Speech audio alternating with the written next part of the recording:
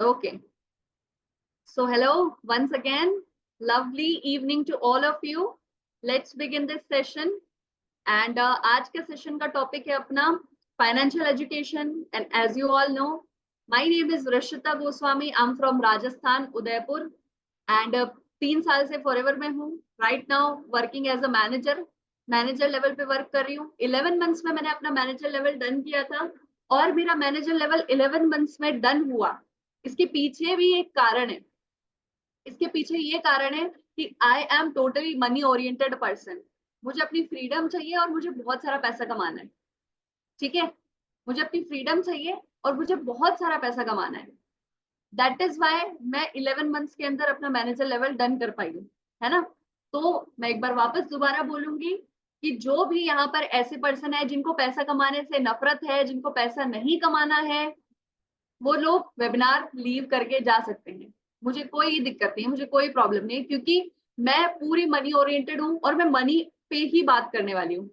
क्योंकि मेरे हिसाब से और आज की जो चल रही है ना, दौर जो चल रहा है, उसमें आज इंसान की जो सबसे बड़ी नीड है, जो 2 चीजें उसको चाहिए इस धरती पे जिंदा रहने के लिए, जो 2 चीजें उसे चाहिए जिससे कि वो अच्छे से अपनी लाइफ को जी पाए, वो 2 चीजें हैं.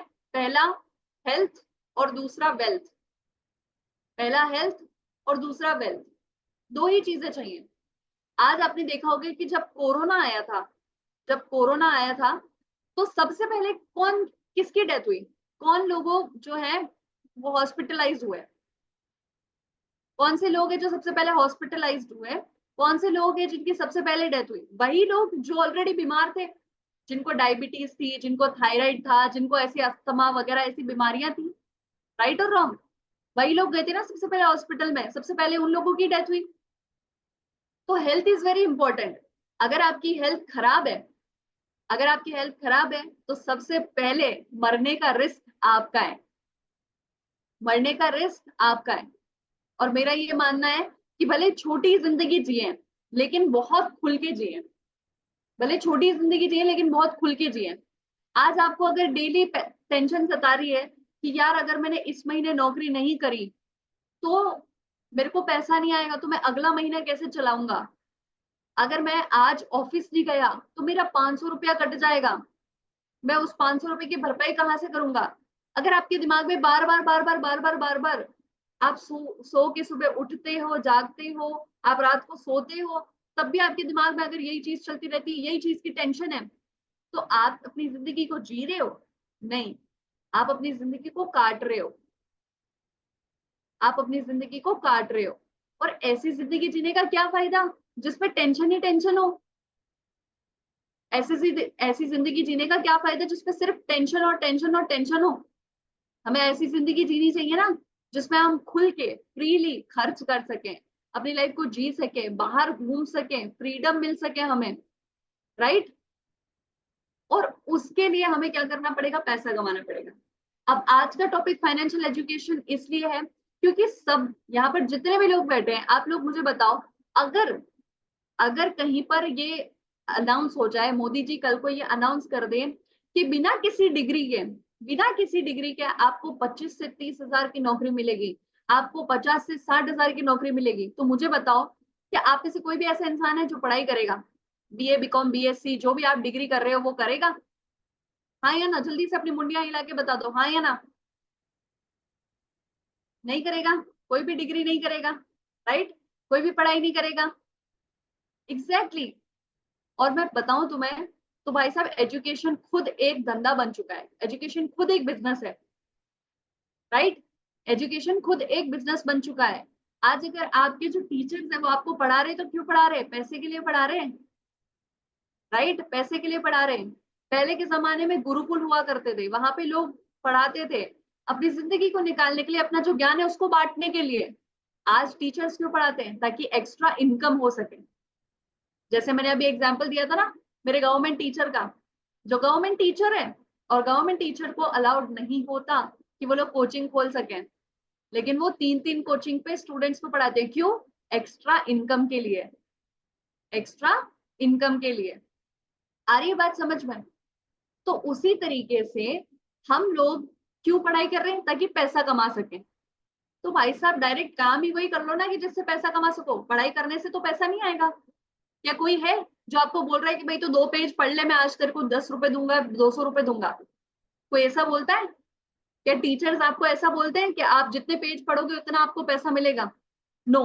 टीचर्स आपको क्या बोलते हैं कि जितने ज्यादा हाई ग्रेड आएंगे उतनी ज्यादा हाई नौकरी लगेगी, और जितनी ज्यादा हाई नौकरी लगेगी उतना ज्यादा पैसा आएगा। राइट? यही बोलते हैं। इससे अच्छा है कि आप डायरेक्टली वो काम करो कि जिससे आपको हाई मनी आ सके, हाई पैसा आ सके। और पैसा आने के बाद में भी एक चीज होती है, क्या है वो? आपने रानू मंडल के बारे में सुना है? रानू मंडल जो रेलवे स्टेशन पे गाना गाती थी, अचानक से फेमस हो गई थी, है ना? हिमेश रेशमिया ने उसे चांस दिया था गाना गाने का, उसने गाना भी गाया था, है ना? रातों रात फेमस हो गई थी। राइट? और फिर सलमान खान ने उसे शायद घर भी गिफ्ट किया था, आप में से लोगों को कुछ पता हो तो, है ना? सलमान खान ने घर भी गिफ्ट किया था। क्या हुआ उसका? आज कहां पर है रानू मंडल? कहाँ है आज रानू मंडल? गायब। कोई नहीं जानता। वापस उसी लेवल के ऊपर जिस लेवल से चली थी, है ना?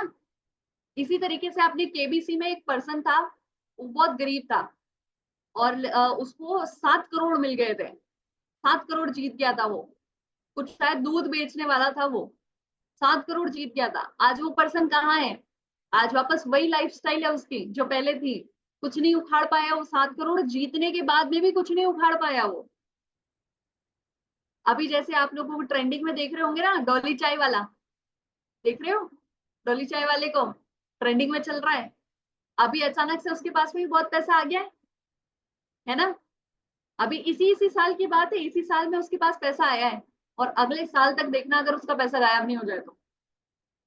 अगले साल तक देखना उसका पैसा गायब हो जाएगा। क्यों गायब हो जाएगा? भाई साहब, ये लोगों के पास में पैसा मेहनत करके नहीं आया है। इन्होंने पैसा कमाने के लिए अपना दिमाग जो है नहीं लगाया है। ये बस हमारे सोशल मीडिया की वजह से फेमस हो चुके हैं। और हमारे इंडियन भारतीय लोग जो है वो सोशल मीडिया इतना यूज करते हैं, इतना यूज करते हैं, जैसे ना पानी यूज करते हो, ऐसे सोशल मीडिया यूज करते हैं। और उसकी वजह से हर किसी को फेमस कर देते हैं। हर किसी को। बीच में पुनीत सुपरस्टार बहुत फेमस हो गया था, बहुत पैसा हो गया था उसके पास में। अब क्या हुआ? अब क्या हुआ? इस तरीके से बहुत सारे लोग हैं जो कि फेमस हो गए थे स्टार्टिंग में, बहुत ज्यादा फेमस हो गए थे, है ना? लेकिन अभी उन सब लोगों का हाल बेहाल हो रखा है। क्यों? क्योंकि उन्होंने अपने दिमाग से पैसा नहीं कमाया है। और अगर पैसा उनके पास में आ भी गया है तो उन्हें उस पैसे को मैनेज करना नहीं आता। क्या नहीं करना आता? मैनेज करना नहीं आता। आज शाहरुख खान बोलता है कि भाई मैं इधर उधर दर दर भटकता था एक एक रुपये के लिए, है ना? और आज मैंने मेहनत करके इतना रुपया कमाया है। तो क्या उसकी जो वेल्थ है वो मेंटेन हो रखी है? यस या नो? उसकी जो वेल्थ है वो मेंटेन हो रखी है? यस या नो? हो रखी है, बिल्कुल हो रखी है। वो क्या गरीब हो गया क्या? एक साल अमीर हो गया, अगले साल गरीब, फिर एक साल अमीर, फिर अगले साल गरीब, ऐसा थोड़ी हुआ। वेल्थ मेंटेन कर रखी है ना। क्यों? उसने अपने दिमाग से वो पैसा कमाया है। उसने अपने दिमाग से वो पैसा कमाया है।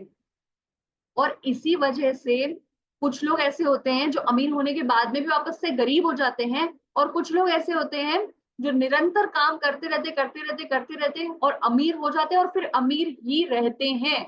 अब आप मुझे बताओ, आपको किस तरीके की वेल्थ चाहिए? ऐसी वेल्थ जो रातों रात आपके पास आए और फिर रातों रात एक दिन गायब भी हो जाए? आपको शॉर्ट टाइमर बनना है या आपको परमानेंट रिच बनना है? जल्दी से चैट में बताओ मुझे। आपको शॉर्ट टाइमर बनना है या परमानेंट रिच बनना है? जल्दी बताओ चैट में।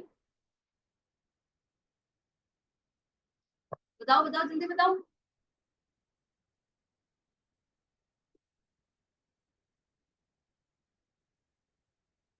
परमानेंट रिच बनना है? सभी को परमानेंट रिच बनना है? श्योर हो?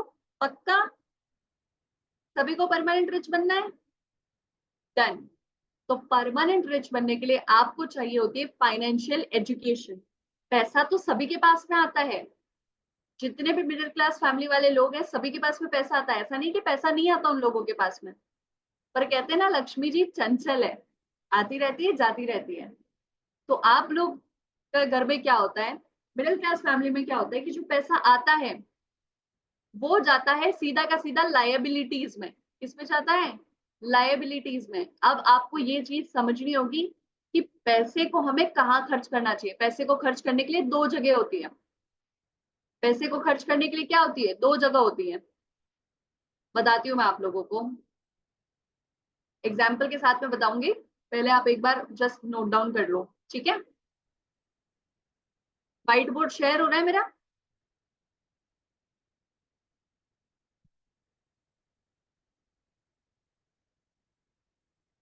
Tell me everyone, white board share हो रहा है मेरा?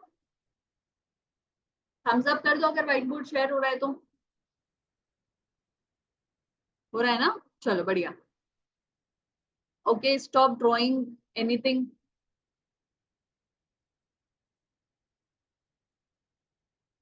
लास्ट सेशन में बहुत अच्छे लोग थे, दे वर ऑल गुड। कोई भी ये ड्राइंग वगैरह नहीं कर रहा था बच्चों के जैसे। हाँ, तो दो चीजें होती हैं, ठीक है?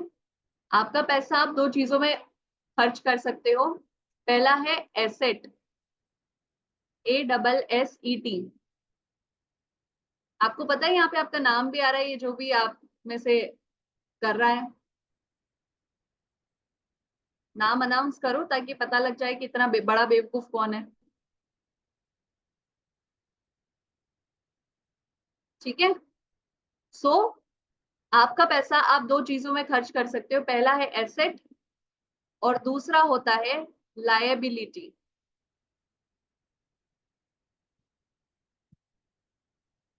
पहला है एसेट और दूसरा है लायबिलिटी। अब एसेट और लायबिलिटी क्या होता है? एसेट और लायबिलिटी क्या होता है इसको समझो, ठीक है? फॉर एग्जाम्पल मैं आप लोगों को एग्जाम्पल देती हूँ। एक बार क्या होता है कि एक दो फ्रेंड्स होती हैं, ठीक है? दो फ्रेंड्स होती है, एक का नाम होता है रिया और दूसरी का नाम होता है शीना, ठीक है? एक होती है रिया और दूसरे का नाम होता है शीना। अब रिया और शीना जो है वो बचपन से बहुत ज्यादा अच्छे फ्रेंड्स होते हैं, ठीक है?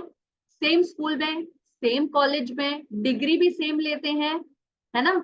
डिग्री भी सेम लेते हैं और सेम जगह पे जाके इंटरव्यू भी देते हैं। एंड कोइंसिडेंस से सेम जगह पे उन दोनों की नौकरी भी लग जाती है। सेम जगह पे उन दोनों की नौकरी लग जाती है, दोनों का सिलेक्शन हो जाता है और दोनों को जो इनकम आती है, जो महीने का पैसा कमाते हैं, वो दोनों की सैलरी 50,000 होती है। कितनी होती है? 50,000 दोनों की सैलरी होती है।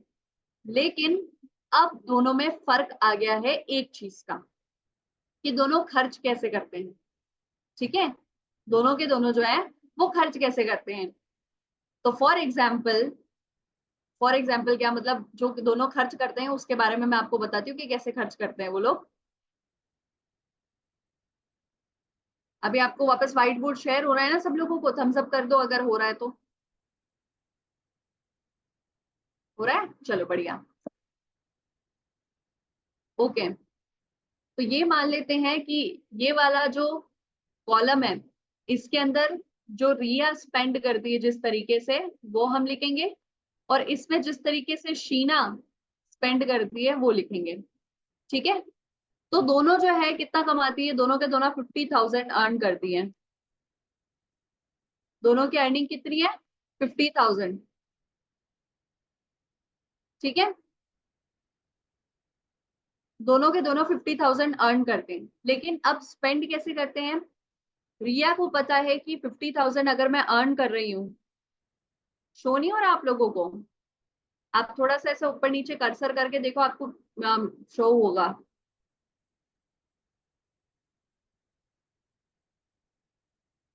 आप मुझे फॉलो कर लो, आपको कर्सर में मुझे फॉलो करने का ऑप्शन आ रहा होगा, आप लोग मुझे फॉलो कर लो।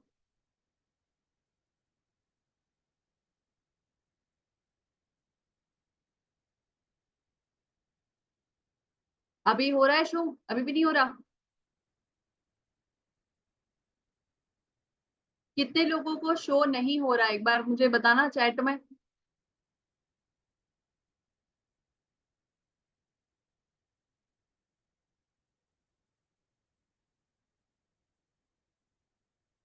नहीं हो रहा? Okay then let me just stop it.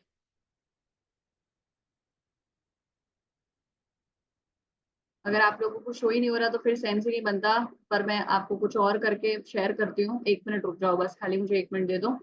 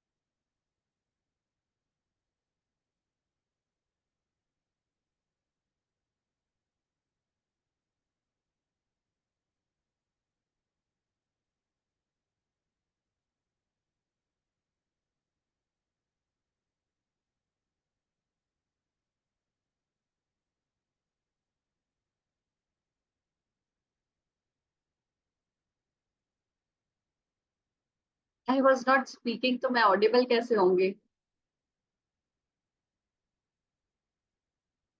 I guess now आप लोगों को शेयर हो रही होगी मेरी स्क्रीन, है ना?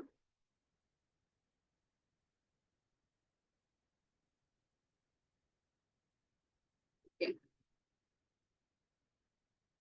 ठीक है, आप लोगों को स्क्रीन शेयर हो रही है तो, है ना? तो अब मैं आपको समझाती हूँ प्रॉपर वे से।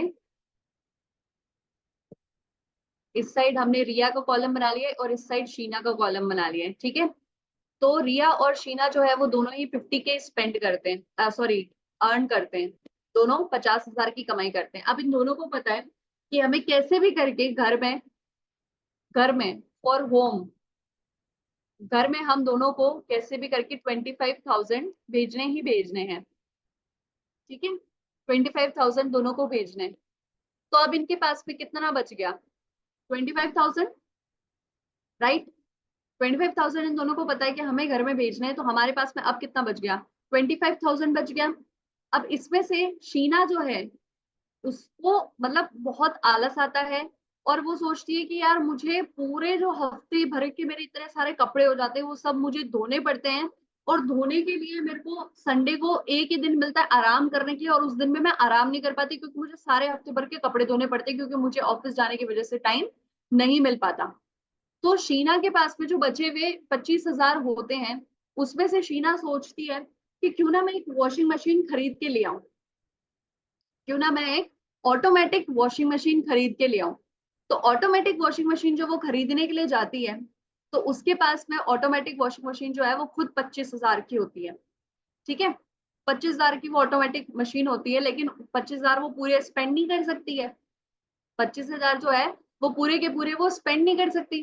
तो वो क्या करती है कि 10,000 जो है वो वॉशिंग मशीन में स्पेंड कर देती है। किसमें? वॉशिंग मशीन लाने में 10,000 स्पेंड कर देती है, और बाकी जो है वो पर मंथ आप मान के चलो 5,000 की वो किस्त कर देती है, ठीक है? पर मंथ 5,000 की किस्त कर देती है, तो 3 महीनों में निकल जाएगी उसकी सारी, है ना?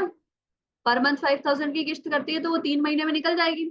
तो इस हिसाब से वो बाकी का बचा हुआ पैसे की किस्त कर देती है। अब 25,000 उसके पास में बचे थे, उसमें से उसने 10,000 की वॉशिंग मशीन खरीदी, ठीक है? तो अब उसके पास में कितने बच गए? 15,000 बच गए। अब उसके पास में कितने बच गए? 15,000 बच गए। अब रीना और शीना, रिया और शिया, दोनों जो भी है, ठीक है, ये दोनों रेंट पे रहती है, अपने घर पे नहीं रहती है। दोनों के दोनों रेंट पे रहती है, तो इन्हें रेंट भी भरना होता है, ठीक है? इन्हें क्या भरना होता है? रेंट। और इनका रेंट होता है 10,000 का। दोनों का जो रेंट है वो कितना होता है? 10,000, ठीक है? इसको भी 10,000 भरने होते हैं, इसको भी 10,000 भरने होते हैं। तो अब शीना के पास में कितने बच गए? लेफ्ट 5,000, 5,000 बचे, है ना? अब 5,000 में से भी बंदा रोज के रोज जा रहा है, ट्रैवल कर रहा है, तो कन्वीनियंस फी होती है ना? आप पेट्रोल जलाओगे या बस से ट्रैवल करोगे या जिससे भी ट्रैवल करोगे, आप ट्रैवल करोगे तो पैसा तो लगेगा आपका, है ना? तो शीना का जो है 2.5K का खर्चा हो जाता है हर महीने आने जाने का। ठीक है, ये कन्वीनियंस हो गया। ठीक है, तो 2.5K का हर महीने आने जाने का खर्चा हो जाता है और बचता उसके पास में सिर्फ 2.5K है। और उस 2.5K से शीना सोचती है, आप लोग भी अगर कहीं पे जाते हो, कॉलेज में भी जाते हो, अगर आपकी कोई यूनिफॉर्म नहीं होती तो, या आप कोई भी ऑफिस में जाते हो तो क्या होता है, वहां पर सब लोग दिखते हैं आपको कि यार ये नया ड्रेस पहन के आया है। हम बार बार एक ही चीज, एक ही चीज, एक ही कुर्ता कितनी बार रिपीट करें हफ्ते में, एक ही शर्ट कितनी बार रिपीट करें हफ्ते में। तो नए नए कपड़े लेके आने होते हैं कि यार कितनी बार रिपीट करें, लोग ही देख देख के बोर हो जाते हैं। और सब सोचेंगे कि यार अब इतना पैसा कमा रहे फिर भी इतना गरीबों जैसी हरकतें कर रहे हैं, इतना पैसा कमा रहे हैं फिर भी ऐसी गरीबों जैसी हरकत कर रहे हैं। तो शीना जो है वो 2.5K के जो उसके पास में बचे हुए होते हैं, उसका वो क्या लेके आ जाती है, क्लोथ्स, कपड़े। तो at the end of the month Sheena के पास में मंथ एंड में कितना रुपया है, बताओ। शीना के पास में मंथ एंड में कितना रुपया है, 0।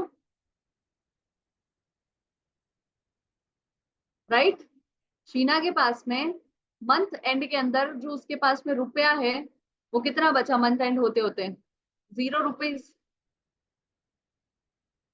ठीक है, वेयर एज अभी रिया जो है उसका स्पेंडिंग अपन ने बाकी का कैलकुलेट नहीं किया है अभी तक। उसका 25,000 जो है उसने घर भेजा है और 10,000 उसने रेंट में दिया है। ठीक है, तो 25 और 10 हो गया कितना, 35 हो गया। अभी उसके पास में 15,000 बचे हुए हैं। ठीक है, उसके पास में 15,000 बचे हुए हैं।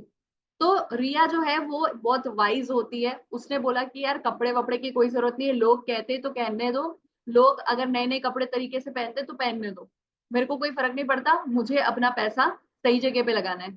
तो वो क्लोथ्स नहीं खरीदती।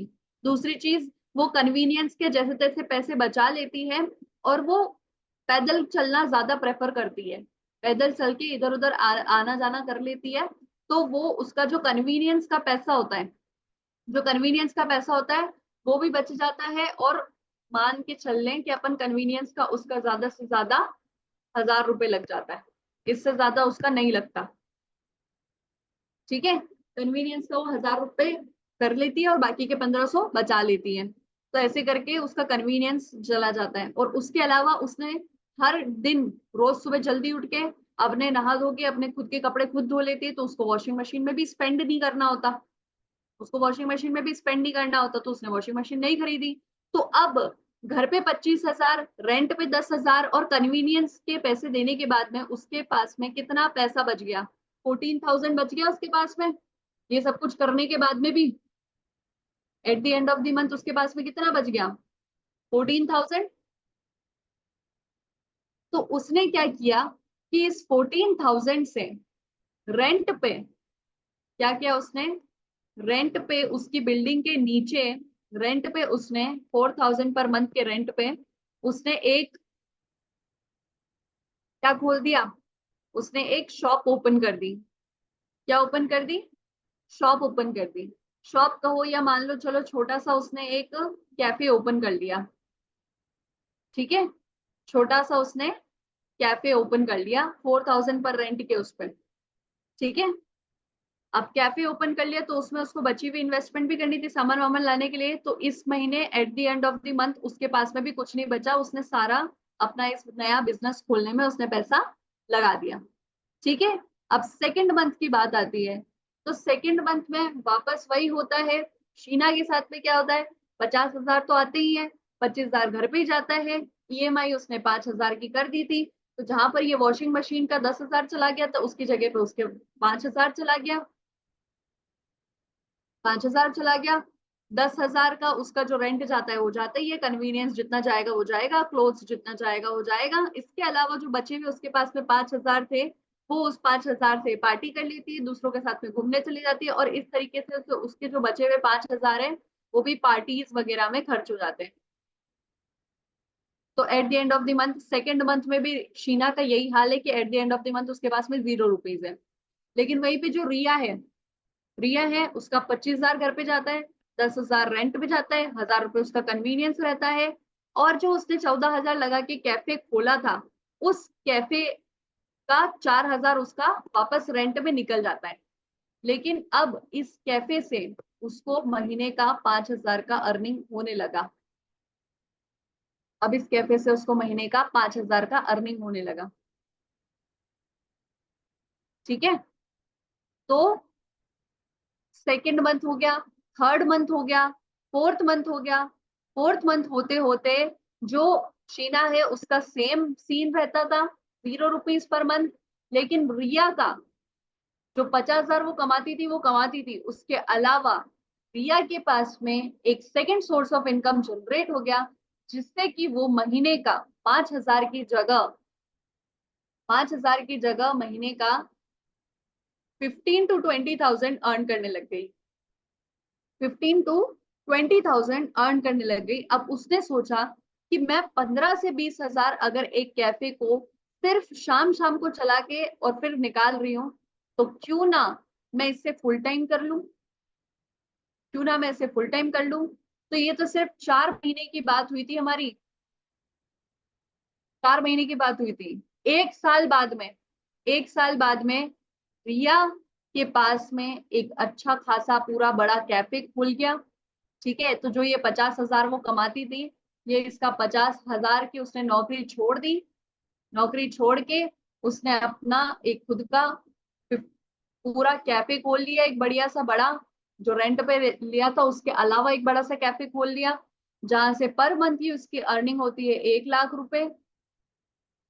1 लाख रुपए पर मंथ की अर्निंग होती है। और उसने अपने साथ में एक और बंदा रख दिया काम के लिए, जिसको वो महीने का 10,000 की सैलरी देती है। 10,000 की सैलरी देने के बाद में भी ये रिया का खुद का कैफे है, जिससे उसको 1 लाख की अर्निंग होती है। अगर 10,000 इसको भी दे दिए तो महीने के एंड में उसके पास में 90,000 का प्रॉफिट जनरेट होता है, जबकि शीना के पास में सिर्फ और सिर्फ 50,000 ही होते हैं।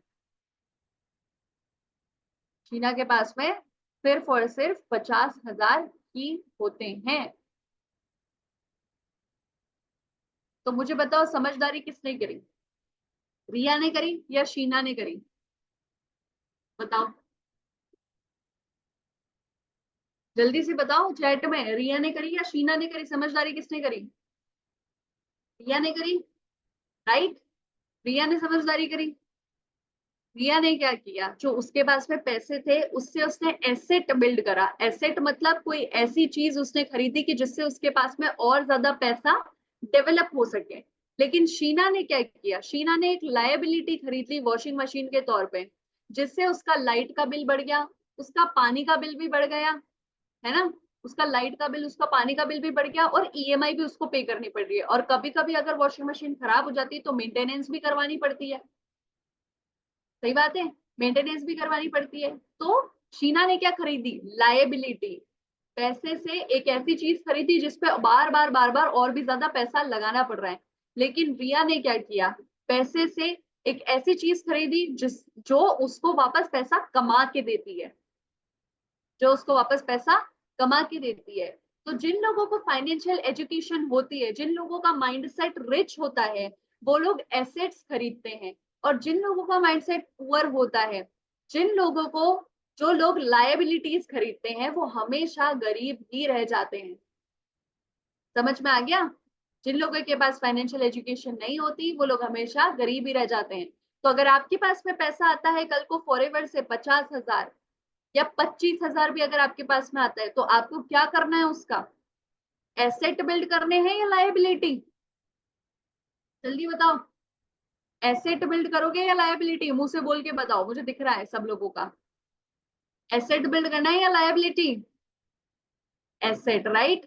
एसेट बिल्ड करना है, गुड, वेरी गुड। ठीक है, दैट इज वाई आप लोगों को फाइनेंशियल एजुकेशन होना बहुत ज्यादा जरूरी है, क्योंकि पैसा तो आप लोग फॉरएवर से भी कमा लोगे, लेकिन कल को 5 साल बाद में भी वही की वही सेम कंडीशन होगी, तो फिर क्या मतलब फॉरएवर से इतना पैसा कमाने का? 1 लाख भी रुपया अगर महीने का कमाओगे तो क्या कर लोगे उसका, क्या उखाड़ लोगे? 1 लाख रुपया कमा के वही 2 लाख की तो खर्चे हो रही है आपकी। 1 लाख कमा के 2 लाख का तो खर्चा हो रहा है। तो क्या कभी भी इस गरीबी से बाहर निकल पाओगे? यस या नो? क्या कभी भी इस गरीबी से बाहर निकल पाओगे? नो। और इस गरीबी में आपको खींचेगा कौन? आपके परिवार वाले। क्या आपके परिवार वालों को फाइनेंशियल एजुकेशन है? नहीं है। या आपके परिवार वालों को फाइनेंशियल एजुकेशन है? अगर होती तो आपके घर वालों को पिछले 10-15 साल हो गए हैं पैसा कमाते हुए। क्या प्रगति हो रही है? क्या प्रगति हो पा रही है? नहीं। तो प्रगति कौन करेगा? आप करोगे या पेरेंट्स करेंगे? प्रगति कौन करेगा? आप करोगे या पेरेंट्स करेंगे? अब आपकी जिम्मेदारी है, क्योंकि आप लोगों को फाइनेंशियल एजुकेशन देने वाले हम बैठे हैं यहाँ पे। अब आपकी जिम्मेदारी है कि आप लोग क्या करो, प्रगति करो। ठीक है? ओके, समझ में आ गया? अब दूसरी चीज, जैसे आप मान लो कि महीने का अगर 25,000 ही कमा रहे हो, 25,000 ही कमा रहे हो, तो आप लोगों को क्या करना है? अपना पैसा क्या करोगे? आप बैंक में डाल के सेव करोगे? क्या करोगे? अगर चलो मान लो आप लोग महीने का 5 लाख कमा रहे हो, ठीक है, ज्यादा से ज्यादा कितना खर्च कर लोगे? 2 लाख खर्च कर लोगे, बचा हुआ 3 लाख रहेगा। क्या करोगे उसका? बताओ मुझे, क्या करोगे आप उसका? जल्दी बताओ, क्या करोगे उसका? बैंक में सेव करोगे, मम्मी को दे दोगे, यही करोगे और क्या करोगे? बैंक में सेव करोगे, मम्मी को दे दोगे, है ना? बोल तो रहे हो, करोगे कितना?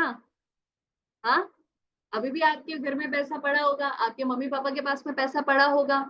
और अगर पैसा नहीं भी है तो पैसा जोड़ के भी लोग इन्वेस्ट करते हैं, पैसा जोड़ के भी लोग इन्वेस्ट करते हैं। लेकिन क्या आप लोगों में इतने गट्स हैं कि आप पैसा इन्वेस्ट कर सको? यहाँ पे इन्वेस्टमेंट लिख तो रहे हो, पर इन्वेस्टमेंट का नाम सुन के कैसा भूत सा चढ़ता है। हाँ, इन्वेस्टमेंट का नाम सुनते ही तो भूत चढ़ जाता है। अरे यार, इन्वेस्टमेंट करनी पड़ेगी, पैसा लगाना पड़ेगा। आते हैं चक्कर, नहीं आते इन्वेस्टमेंट का नाम सुन के? आते हैं ना? तो बोल तो सब रहे हो इन्वेस्टमेंट इन्वेस्टमेंट, लेकिन इन्वेस्टमेंट के नाम से तुम सब लोग डरते हो। क्यों डरते हो? क्योंकि तुम्हें पता नहीं है कि पैसा जोड़ने से नहीं बढ़ता है, पैसा इन्वेस्ट करने से बढ़ता है।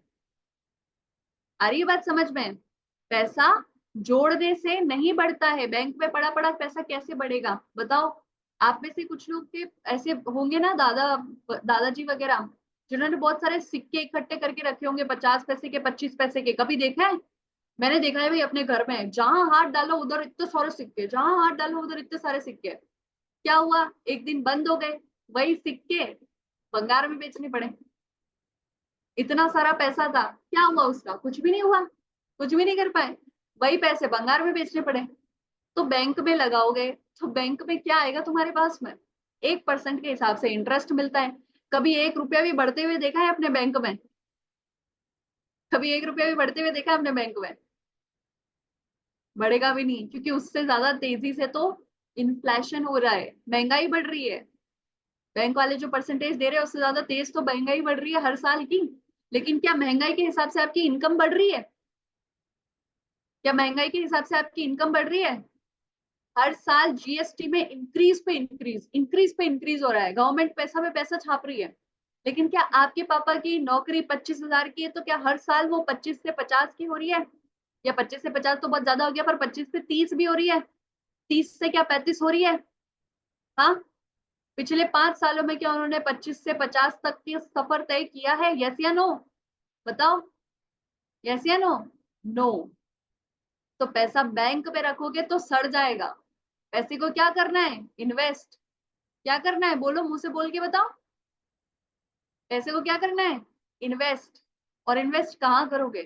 खुद पे करोगे, ताकि स्किल्स डेवलप कर सको, नया काम शुरू कर सको। नया काम शुरू करोगे तो वहां से ज्यादा पैसा कमा सकते हो। किस पे इन्वेस्ट करोगे? जहां पर आपको इन्वेस्टमेंट की जगह दिख रही है, जैसे फॉरएवर, यहाँ पर इन्वेस्ट करोगे, यहाँ पर काम करोगे स्टार्ट, तो और ज्यादा पैसा कमा पाओगे। राइट और रॉन्ग? कहाँ पर इन्वेस्ट करोगे? एक बहुत अच्छी जगह बताती हूँ, जब तुम फॉरएवर से पैसा कमाना स्टार्ट कर दोगे ना, तो एक बहुत अच्छी जगह बताती हूँ तुम कहाँ पे इन्वेस्ट करोगे। SIP। किस पे इन्वेस्ट करोगे? SIP। अब ये क्या होता है, कैसे काम करता है, ये भी समझाती हूँ आप लोगों को। ठीक है?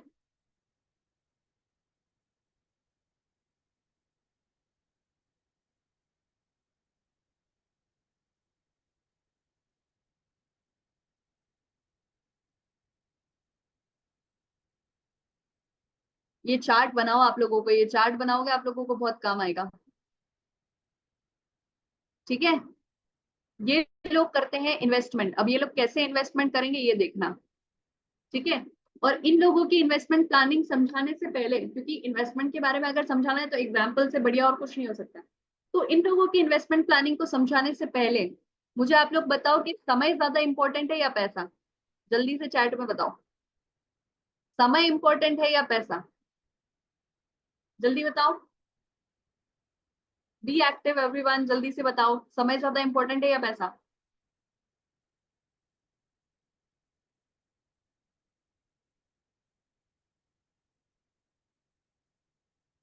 पैसा, money money money money money money money money money.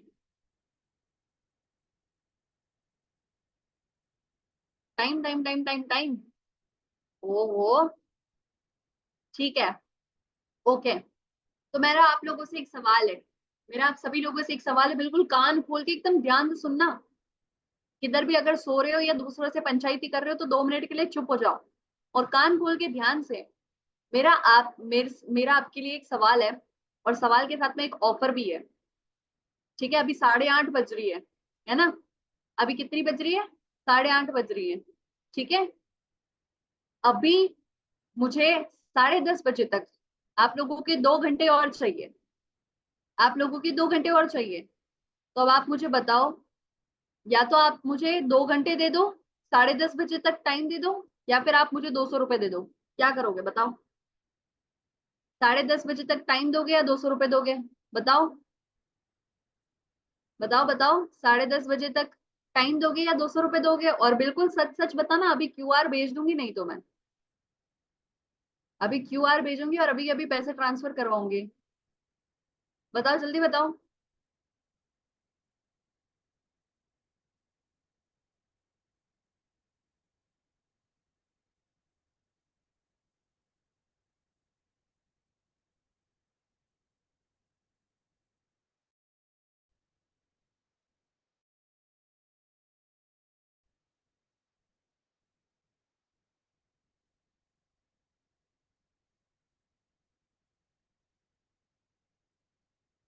जल्दी, 200 रुपए कौन देने वाला है ये? अशोक, प्रदीप सर के जूनियर, मैं आपको क्यूआर भेज रही हूँ, जल्दी से मुझे भेजो पैसे, 200 रुपए। दामिनी, भेज दो 200 रुपए जल्दी से, आपके पास नंबर तो ऐसे ही। पूजा, 200 रुपए भेज दो जल्दी से। अनुप्रिया, 200 रुपए भेज दो जल्दी से, fast, quick, one be quick, जल्दी से भेजो 200 रुपए। आया नहीं मेरे पास में अभी तक मैसेज 200 रुपए का। क्या हो गया भाई, आप लोगों की तो वीडियो ही ऑफ है, मैं कैसे मान लूं कि आप लोग मुझे 200 रुपए भेज दोगे? पर ज्यादातर लोगों ने क्या लिखा है? Time time time time time, right? Time अगर इतना इंपॉर्टेंट है तो आप लोग अपना टाइम क्यों दे रहे हो मुझे? हम्म, टाइम अगर इतना इंपॉर्टेंट है तो आप लोग मुझे अपना टाइम क्यों दे रहे हो? 200 रुपए दे दो ना। और जो यहाँ पे लिख भी रहे हैं ना 200 रुपए, आप लोगों ने जब 196 का पेमेंट करना था तो कितना टाइम लगाया था? कितने सवाल पूछे थे? हाँ, बताओ, बोलो। अभी क्यों आप लोगों के लिए आपके टाइम से ज्यादा पैसा वैल्यूएबल है? क्योंकि आपका एक एक मिनट किसी काम का नहीं। अभी आप फ्री हो, कुछ भी नहीं करते आप लोग, आप अपने टाइम को वैल्यूएबल नहीं बना रहे हो, इसलिए आप अपने टाइम की वैल्यू नहीं कर रहे हो। You have to make your time valuable, आपको अपना समय वैल्यूएबल बनाना पड़ेगा। और आज मैं अभी जो ये 3 लोगों की इन्वेस्टमेंट प्लानिंग बता रही हूँ ना आप लोगों को, इससे मैं आपको साबित कर दूंगी कि पैसा नहीं, टाइम इंपॉर्टेंट है।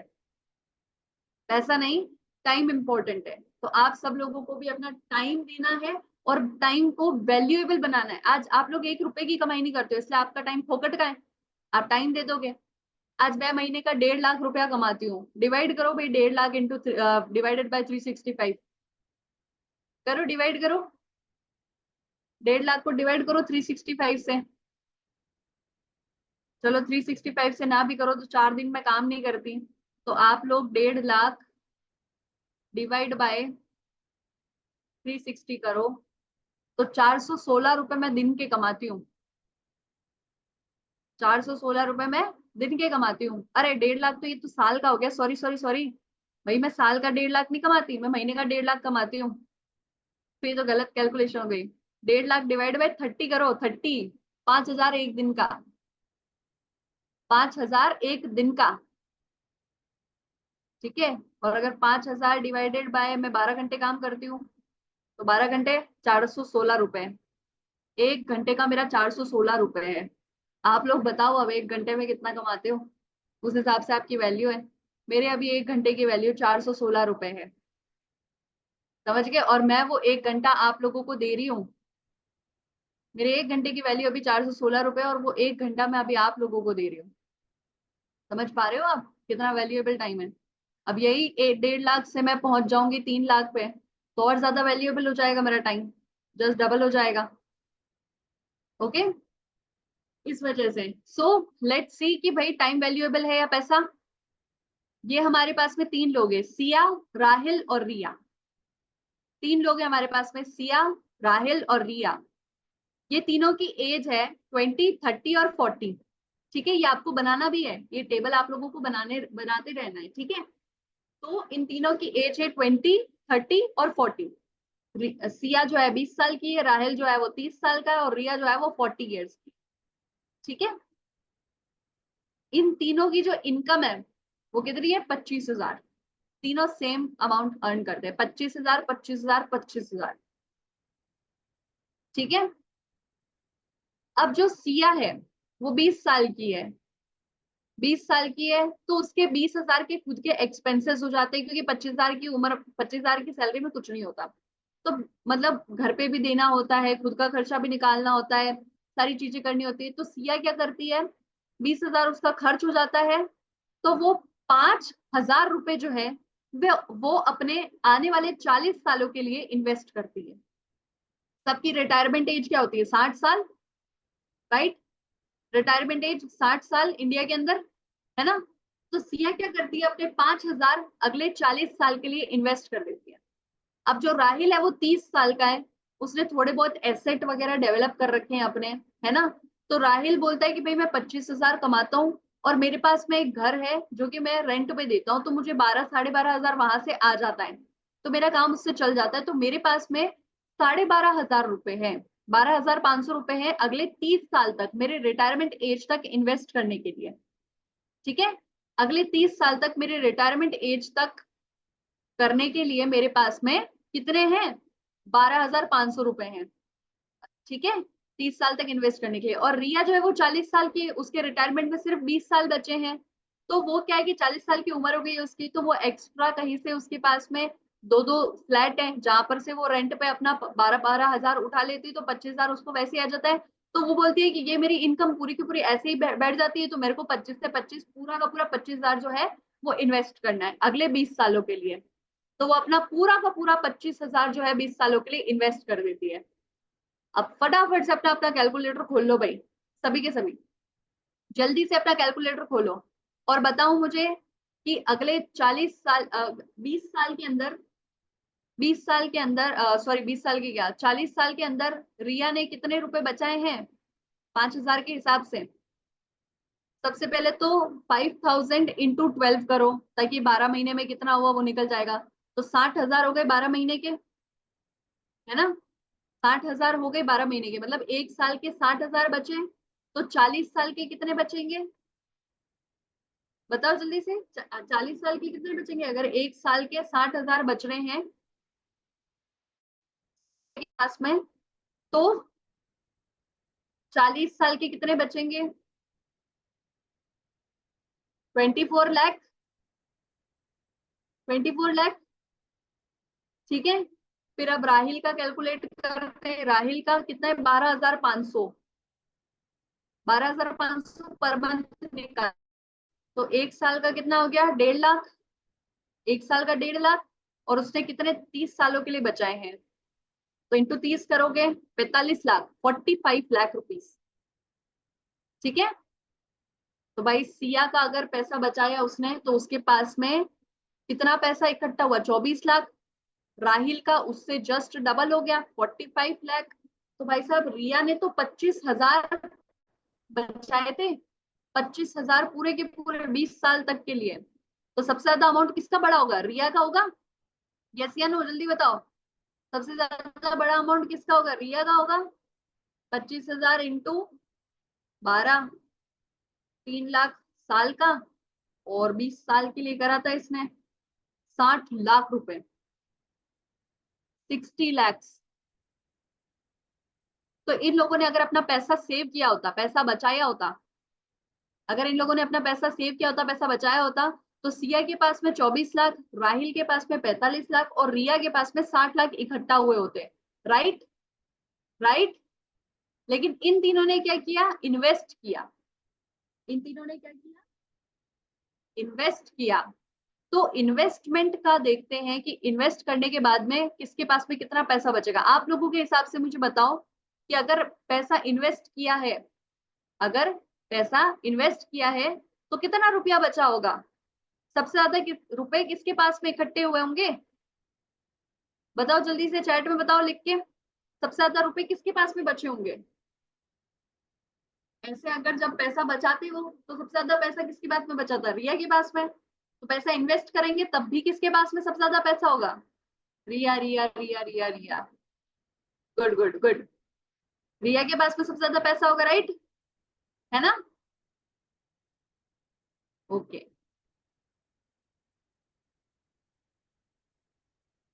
तो अभी हम कैलकुलेटर खोलते हैं ताकि हम इन्वेस्टमेंट का चेक कर सकें। ठीक है, आप लोग भी कर सकते हो ये चेक। ओके, आप सभी लोग भी ये चेक कर सकते हो कैलकुलेटर खोल के। Let me show you now.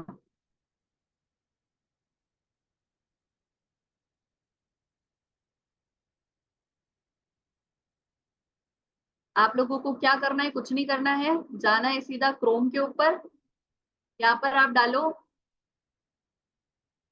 HDFC compound interest calculator. मुझे ये अच्छा लगता है, वैसे आप कोई भी कंपाउंड इंटरेस्ट कैलकुलेटर खोल सकते हो, बट मुझे HDFC का अच्छा लगता है क्योंकि इजी है ये थोड़ा यूज करने में, है ना? इजी आता है ये यूज करने पे, इसलिए मुझे ये वाला बढ़िया लगता है। ठीक है, तो इन लोगों ने क्या करा है, इन्वेस्ट करा है पैसा, है ना? तो सबसे पहले हम, क्योंकि रिया का सबसे बड़ा पैसा है, तो क्यों ना हम रिया का देखें कि भाई रिया का पैसा कितना बचा हुआ है। राइट,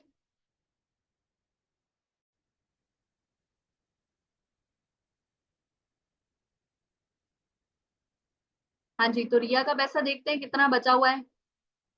क्या हो गया, स्क्रीन कैसे पॉज हो गई है?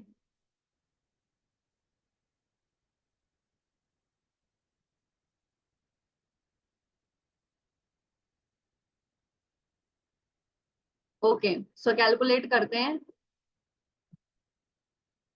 Amount you can invest today 25,000। रिया ने कितना किया था, 25,000।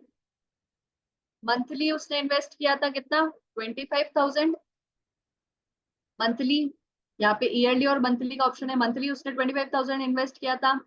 कितने सालों के लिए किया था, 20 ईयर्स। नीचे भी number of years you want to stay invested, 20 years के लिए। एक्सपेक्टेड रेट आप मान लो 12%, तो आपको कहीं पे भी मिल जाएगी, है ना? एक महीने पे 1% के हिसाब से 12% तो आपको कहीं पर भी मिल जाएगी, कहीं पर भी चले जाओ।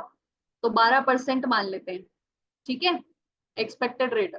तो 12% तो कहीं पे भी मिल जाएगी, तो यार क्यों ना अपन इसको 13% मान ले। ठीक है, 13% अगर अपन ने मान लिया, ठीक है। तो अब अभी जैसे 2024 चल रहा है, तो 20 साल बाद में, यानी कि 2000 कितना, 44, 2044 में, 2044 में अगर वो पैसा बचाती तो उसके पास में कितना इकट्ठा होता, 60 लाख, है ना? 60.25 लाख। लेकिन उसने क्या किया है, इन्वेस्ट किया है।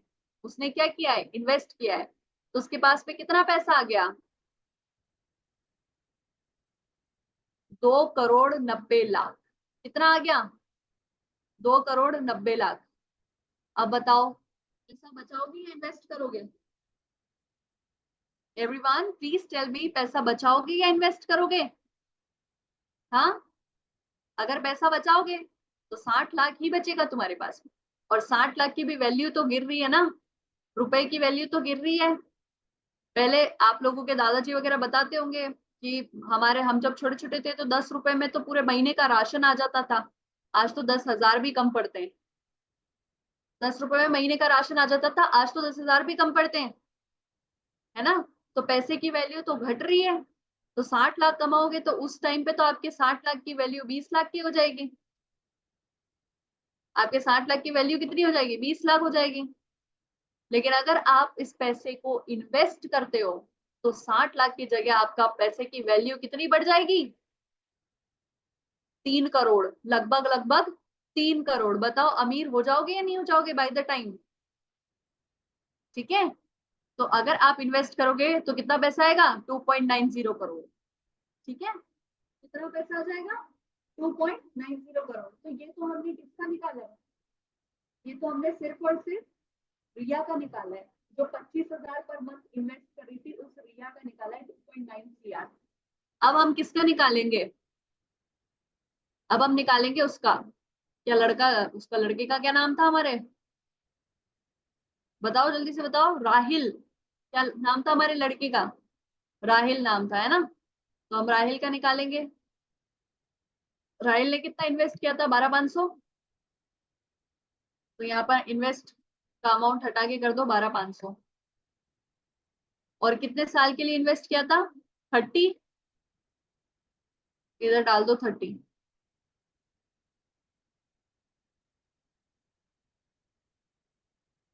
30 साल के लिए इन्वेस्ट करा। अगर वो पैसा बचाता तो उसके पास में कितना बचता? 45 लाख।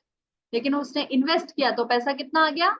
ओ भाई साहब, ये तो 5.5 करोड़ पहुंच गया। ये तो 5.5 करोड़ पहुंच गया। हमने तो सोचा था कि सबसे ज्यादा पैसा रिया कमाएगी, लेकिन ये तो राहिल भाई तो उससे भी ज्यादा तेज निकले। अगर पैसा बचाते तो रिया से कम बचा पाते, 45 लाख ही बचा पाते, लेकिन इन्होंने इन्वेस्ट किया और इन्वेस्ट करने से इनका पैसा तो रिया से भी ज्यादा हो गया। वो तो सिर्फ 3 करोड़ तक पहुंची थी, ये तो 5.5 करोड़ तक पहुंच गए। कहां तक पहुंच गए?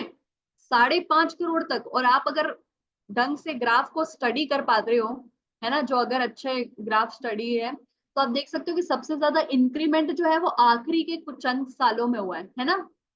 आखिरी के 10 सालों में सबसे ज्यादा इंक्रीमेंट हुआ है।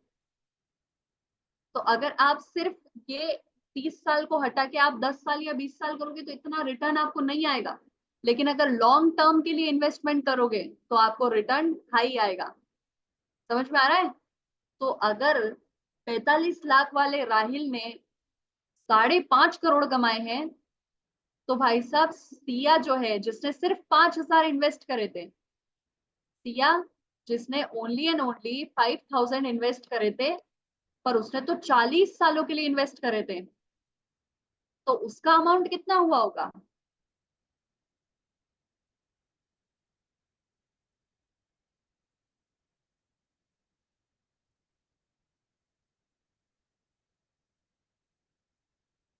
Can you see the graph?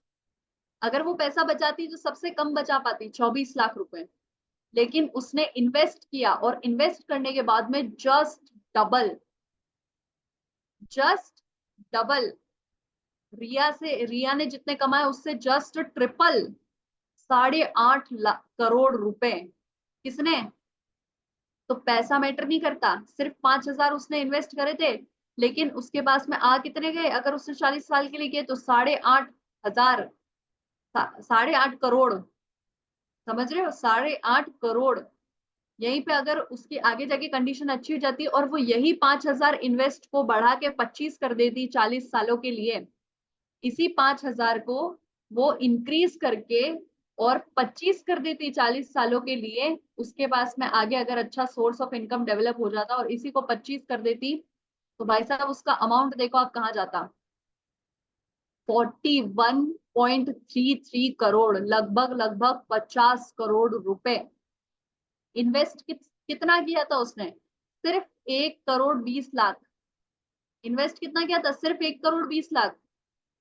लेकिन रिटर्न उसके पास में कितना आया? 41.33 करोड़ रुपीज। कितना? 41.33 crore rupees. Now you guys tell me. Now you guys tell me. लगता है आपको कि अमीर लोग कैसे अमीर होते हैं? अब पता चला आप लोगों को?